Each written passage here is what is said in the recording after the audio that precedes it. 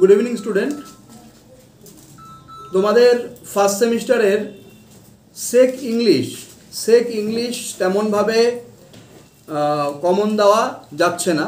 শেখ ইংলিশে তোমাদের অপরিচিত কতগুলো ইংরেজিতে গল্প থাকবে, নাহলে ইংরেজিতে কবিতা থাকবে।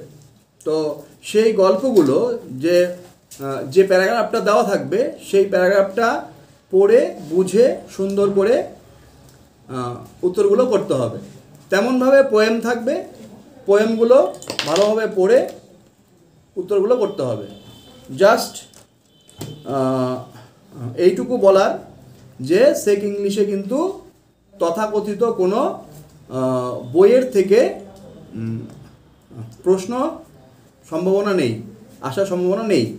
তো তেমনভাবেই তোমরা যারা ইংরেজিতে খুব ভালো পারো তারা তো পারবেই, আর যারা খুব ভালো পারো না তারা বারবার করে গল্পগুলো মানে যে অনুচ্ছেদটা দেওয়া থাকবে, যে প্যারাগ্রাফটা দেওয়া থাকবে সেই অনুচ্ছেদটা তোমরা ভালোভাবে পড়বে, বারবার করে পড়বে, দেখবে সেখান থেকেই উত্তরগুলো তোমরা করতে পারবে।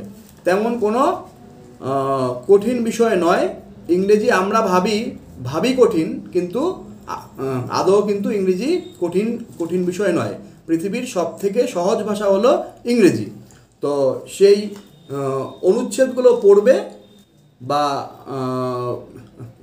কবিতাগুলো পড়বে, কবিতার মধ্যে থেকে, অনুচ্ছেদের মধ্যে থেকেই তোমরা উত্তরগুলো পেয়ে যাবে।